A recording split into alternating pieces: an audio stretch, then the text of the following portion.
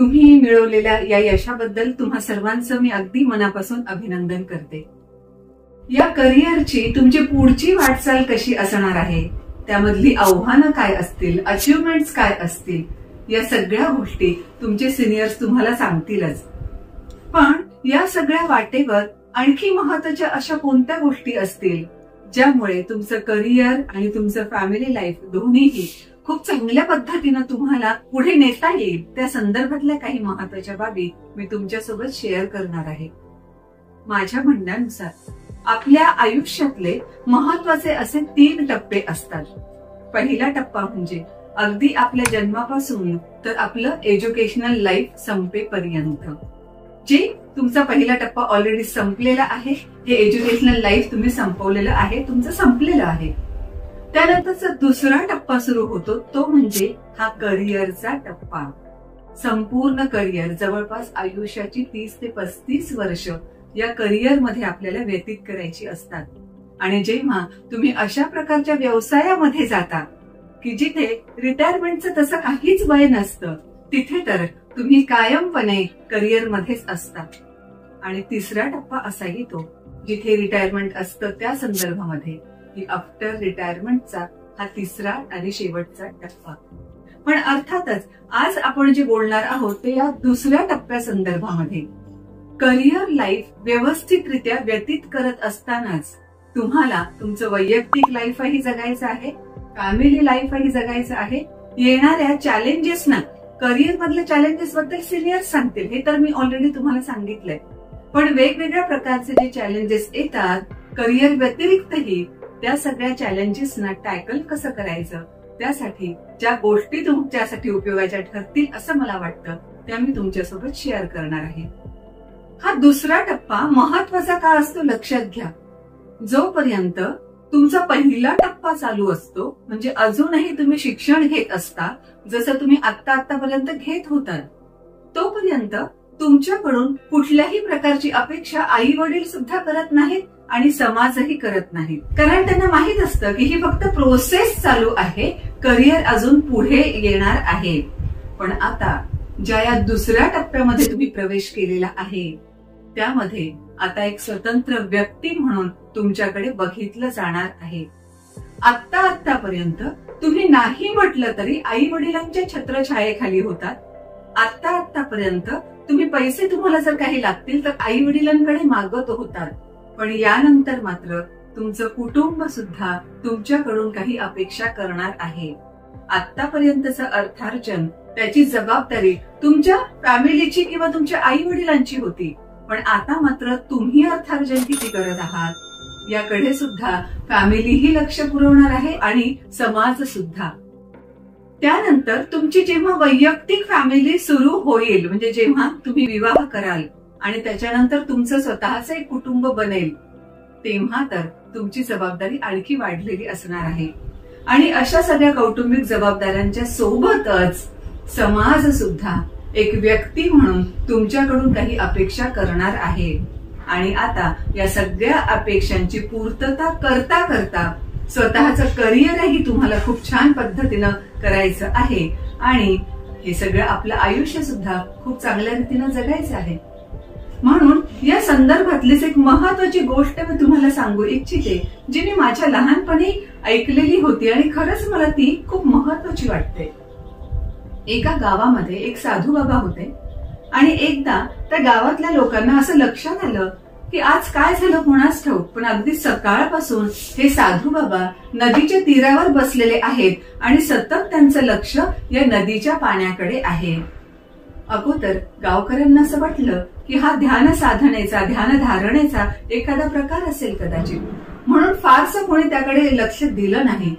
पण सकाळ संपून गेली, आता दुपार सुरू झाली, तरी सुद्धा साधू बाबा अजूनही त्या पाण्याकडेच एकटक बघतायत।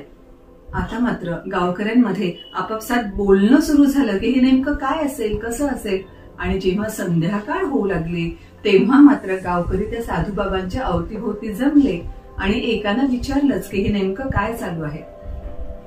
आणि साधूबाबांनी अतिशय शांतपणानं उत्तर दिलं, काही नाही, मला त्या या नदीच्या पहिलं तीरच्या गावाकडे जायचं आहे, त्या गावी जायचं आहे, म्हणून मी इथे वाट पाहत बसलोय की केव्हा या नदीचं पाणी संपून जाईल आणि केव्हा मी ही नदी चालून त्या पैलतीरी जाऊ शकेन.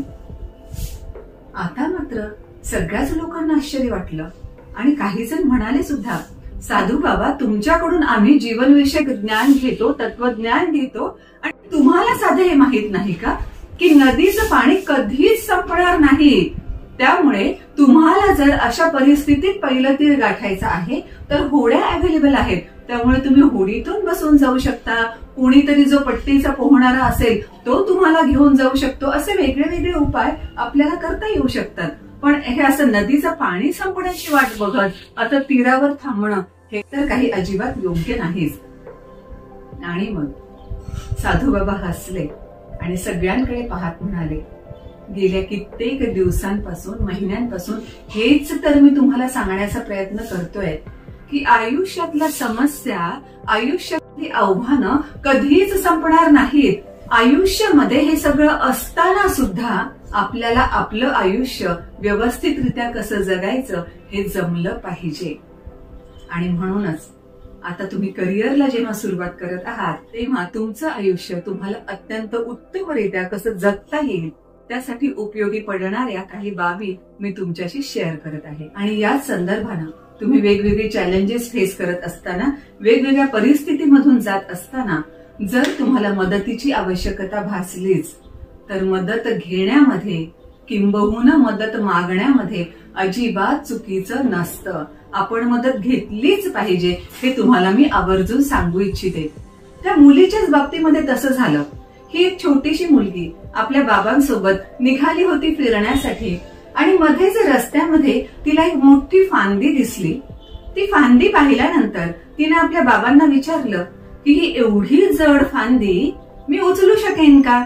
आणि वडिलांनी सांगितलं, हो, तू पूर्णपणे तुझी ताकद वापरलीस तर तू उचलू शकशील. आता वडिलांनीच असं सांगितल्यानंतर ती आणखी कॉन्फिडंट झाली आणि ती फांदी सहजपणे उचलायला गेली. पण कशाचं काय, ती फांदी अगदी तसूभर हल्ली सुद्धा नाही. मग इकडून ओढ, तिकडून ओढ, इकडून हलवण्याचा प्रयत्न कर, ती फांदी मध्ये घेऊन दोन पाय बाजूला म्हणजे बाजूबाजूला पाय ठेवून फांदी मध्ये घेऊन ती वर उचलण्याचा प्रयत्न कर. हर तऱ्हेनं तिनं प्रयत्न केला पण तिला ती फांदी काही उचलता आली नाही. आणि मग शेवटी थकल्यानंतर ती तिच्या वडिलांना म्हणाली, बाबा, तुम्ही तर म्हणाला होतात की ही फांदी तू उचलू शकशील, तर मी तर उचलू शकत नाहीये. तेव्हा तिच्या बाबांनी तिला सांगितलं, बेटा, मी तुला म्हणालो होतो तू तुझी संपूर्ण ताकद वापरलीस तर ही फांदी नक्की उचलता येईल. संपूर्ण ताकद वापरणं या कन्सेप्ट मध्ये काय होतं लक्षात घ्या. वडील तिला सांगताय, संपूर्ण ताकद वापरायची जेव्हा मी म्हटलं होतं तेव्हा तू मलाही मदत मागू शकली असतीस ना, मला जरा मदत करा असं म्हणाली असतीस तर मी तुला मदत केली असती आणि तुला फांदी उचलता आली असती. माझ्या मित्रमैत्रिणींनो, मी तुम्हाला ही बाब अवश्य लक्षात आणून देऊ इच्छिते. मदत घेण्यामध्ये, मदत मागण्यामध्ये अजिबात काही लाज वाटण्याची गरज नाही किंवा अरे आपल्याला मदत घ्यावी लागते असं काही नाही. प्रत्येकाला कधी ना कधीतरी मदत घ्यावी लागते, मदत मागावी लागते. सो त्यात गैर असं काहीही नाही. आणि विशेषतः जेव्हा मदत आपल्या कुटुंबियांना मागायची असते तेव्हा तर अजिबातच विचार करण्याची गरज नाही, कारण आपले कुटुंबीय नेहमीच आपल्या पाठीशी असतात. आज तुमच्या करिअरचा हा सगळा कौतुक सोहळा पाहण्यासाठी तुमचे आई वडील आलेले आहेत. ही किती अभिमानाची गोष्ट तुम्हाला वाटत असेल ना, त्याची मला जाणीव आहे. इतकंच नाही तर काही जणांचे मला आजी आजोबा सुद्धा दिसत आहेत. का? कारण त्यांना तुमचं खूप कौतुक आहे. म्हणून नेहमीच लक्षात ठेवा की काहीही झालं तरी सुद्धा तुमचे आई वडील, तुमचं कुटुंब तुमच्या पाठीशी 100% असणारच आहे. म्हणून अशा परिस्थितीमध्ये जर त्यांना मदत मागायची असेल, मग ती अगदी भावनिक स्तरावरची असू देत किंवा जस्ट गप्पा गोष्टीपुरती असू देत, आर्थिक असू देत किंवा अन्य कोणतीही, तर ते आपल्या पाठीशी आहेत याची जाणीव तुम्ही अवश्य ठेवा. आणि माझ्या या म्हणण्याशी जे आई वडील इथे जमलेले आहेत, आजी आजोबा आहेत, ते नक्कीच सहमत असतील अशी मला खात्री आहे. आई वडील खरंच कोणत्याही परिस्थितीत कसे पाठीशी राहतात हे सांगण्यासाठी मी खरं घडलेलं एक उदाहरण सांगते. 1992चं ते वर्ष होतं. बार्सिलोना ऑलिम्पिक चालू होतं डेरेक रॉडमॅन हा धावपटू धावत होता आणि धावता धावता काय झालं माहित नाही, त्याचं अगोदरच पायामध्ये काहीतरी दुखणं चालू होतच, पण तरीही तो ऑलिम्पिकमध्ये उतरलेला होता आणि आता मात्र धावता धावता त्याला हॅमस्ट्रिंग इंजुरी झाली आणि अजिबात त्याला धावणं शक्य होईच ना. पण तरी सुद्धा ठीक आहे, नंबर गेला तर हरकत नाही, पण ऑलिम्पिक्सची ती फिनिश लाईन फिनिश करायचीच ही जिद्द त्याच्यामध्ये होती. त्यानं धावणं तर दूरची गोष्ट, अक्षरशः त्याला लवकर चालवलं सुद्धा जात नव्हतं, तरी तो हॅमस्ट्रिंगनी इंज्युअर्ड असलेला पाय कसा बसा खरडत तो समोर जाण्याचा प्रयत्न करतच होता, चालण्याचा कसा बसा प्रयत्न करतच होता. सगळी गर्दी त्याच्याकडे बघत होती आणि त्या गर्दीतलाच एक गृहस्थ लगेच सगळी सेक्युरिटी मोडून त्या ट्रॅकवर आला आणि लगेच त्यानं आपल्या खांद्याचा आधार त्या डेरेकला दिला आणि या गृहस्थाच्या आधारानं डेरेक अगदी फिनिश लाईन पर्यंत पोहोचला देखील. जेव्हा फिनिश लाईन खूप जवळ आली तेव्हा हे गृहस्थ बाजूला झाले आणि डेरेकनं एकट्यानं ही फिनिशिंग लाईन फिनिश केली. गर्दीनं खचाखच भरलेल्या ह्या स्टेडियम मध्ये सगळेच लोक उभे राहिले आणि त्यांनी टाळ्यांचा कडकडाट करत या डेरेक रॉडमनला आणि त्या गृहस्थाला स्टँडिंग ओव्हेशन दिलं. हे गृहस्थ कोण होते? येस, तुमचा अंदाज अगदी बरोबर आहे. हे गृहस्थ होते त्याचे स्वतःचे वडील. म्हणूनच म्हटलं, परिस्थिती कशीही असली तरी सुद्धा आपलं कुटुंब आपल्या पाठीशी आहे. आई वडील तर निश्चितपणानं आहेतच, ही गोष्ट तुम्ही नेहमीच लक्षात ठेवा. आणि त्यांना मदत मागायची असेल तर त्यामध्ये गैरसं अजिबातच नाही. आपल्यासाठी अत्यंत त्रासदायक ठरणाऱ्या परिस्थितीमधून सुद्धा कदाचित जावं लागू शकतं. म्हणजे म्हणतात ना, hoping for the best but preparing for the worst. म्हणून मी तुम्हाला हे सांगत आहे. अदरवाईज आज तुम्ही एवढ्या आनंदात आहात की तुमच्या ह्या करिअरमध्ये जाण्याचा पहिलं पाऊल टाकण्याचा हा कौतुक सोहळा आहे, तरीही मी हे सांगत आहे कारण पुढे या गोष्टी अशा होऊ नयेत अशी कितीही अपेक्षा असली तरी आयुष्यामध्ये अप्स अँड डाऊन्स ठरलेले असतातच. म्हणून जेव्हा अशी त्रासदायक परिस्थिती आपल्या आयुष्यात आलेली असेल तेव्हा सुद्धा अवश्य लक्षात ठेवायचं की ती परिस्थितीही आपण टॅकल करू शकतो. आपल्याला त्या एका मुलाची किंवा बाळाची गोष्ट माहित असेल ना, म्हणजे बाळ हा शब्द त्याच्या नावासमोर लगेचच येतो, म्हणून मी तुम्हाला तसं सांगितलेलं आहे. उत्तानपाद नावाचा राजा होता. त्याची एक राणी होती आवडती, दुसरी राणी होती नावडती. आवडत्या राणीचा मुलगा एकदा ह्या उत्तानपाद राजाच्या मांडीवर जाऊन बसला आणि नावडत्या राणीचा जो मुलगा होता ज्याचं नाव ध्रुव, येस, मी कुणाबद्दल सांगते तुम्हाला अंदाज आला असेल. हा ध्रुव सुद्धा छोटासाच होता. तो देखील आपल्या वडिलांच्या म्हणजे उत्तानपाद राजाच्या मांडीवर जाऊन बसला.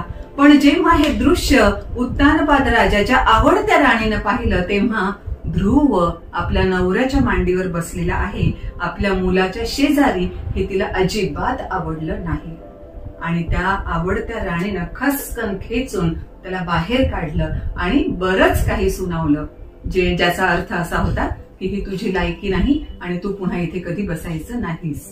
हा ध्रुव बाळ आपल्या आईकडे गेला. जे काही घडलं ते त्यानं आईला सांगितलं आणि ही परिस्थिती त्याला अजिबात आवडलेली नाही हे त्याच्या बोलण्यातून आईला जाणवलं. यावर उपाय काय म्हणून जेव्हा ध्रुवानं विचारलं तेव्हा आईनं सांगितलं, तू विष्णूची आराधना कर, ते तुला नक्कीच प्रसन्न होतील. तेव्हा तुला हवा तो वर तू त्यांना मागू शकतोस. आईच्या सांगण्यानुसार या छोट्याशा ध्रुव बाळानं खरंच विष्णूची तपश्चर्या केली. विष्णू जेव्हा त्याला प्रसन्न झाले तेव्हा त्यानं असं सांगितलं की मला अशी जागा दे जिथून मला कुणीही हकलून दिलं नाही पाहिजे, ज्या जागेवरून कुणीही मला उठवलं नाही पाहिजे. आणि आपल्या सगळ्यांना माहित आहेच की हाच ध्रुव बाळ ध्रुव तारा झाला. बाकीच्या सगळ्या ताऱ्यांची जागा बदलते पण ध्रुव ताऱ्याची जागा कधीच बदलत नाही, हे खगोलशास्त्रानं सुद्धा आपल्याला लक्षात आणून दिलेलं आहे. म्हणून असे संकट येतील पण तरीही आपला निश्चय कायम असला पाहिजे. एवढंच कशाला, करिअरमध्ये पुढे जात असताना किंवा वैयक्तिक तुमच्या आयुष्यामध्ये सुद्धा निगेटिव्ह कमेंट्स करणारेही बरेच जण तुम्हाला भेटतील. पण त्यामुळे लगेच खचून जाणं गरजेचं आहे का? लगेच ती नकारात्मकता सगळी स्वतःमध्ये घेऊन मला हे करता येणार नाही असं सगळं काही डोक्यात आणणं गरजेचं आहे का? अजिबात नाही. त्यासाठी सुद्धा मी तुम्हाला केरळमधलं एक उदाहरण देते. जॉर्ज व्ही नेरियापरम्बिल हे त्या गृहस्थाचं नाव. आणि एकदा अशीच मित्रांमध्ये चर्चा चालू होती. या चर्चेच्या दरम्यानच कोणीतरी त्यांना सांगितलं, आपल्या सगळ्यांना माहित असेल की बुर्ज खलिफा, दुबई मधली बुर्ज खलिफा ही इमारत सगळ्यात जगातली सगळ्यात उंच इमारत आहे.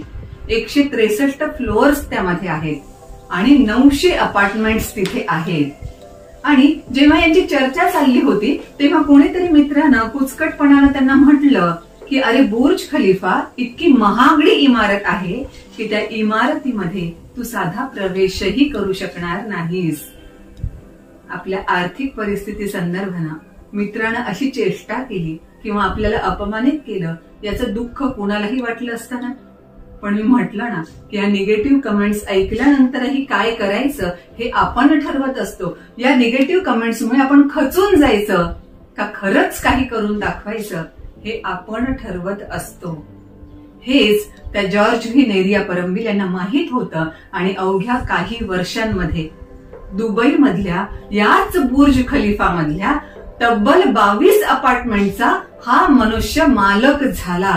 22 अपार्टमेंट्स या जॉर्ज व्ही नेरियापरम्बिल यांनी खरेदी केले आणि तो एक इतिहास घडला की वैयक्तिक स्वरूपामध्ये इतकी जास्त मालकी असणारा हा एकमेव व्यक्ती आहे.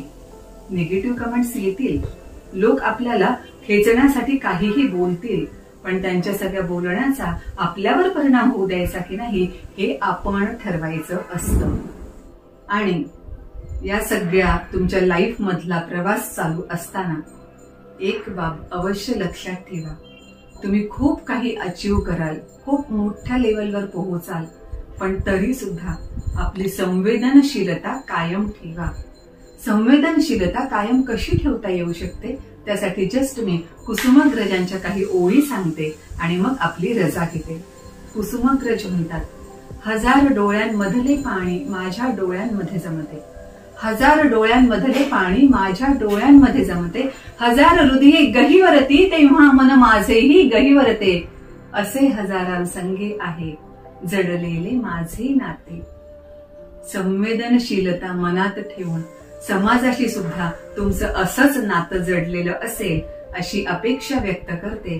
तुमच्या करिअरसाठी तुम्हाला खूप खूप शुभेच्छा देते आणि इथेच थांबते. थँक्यू.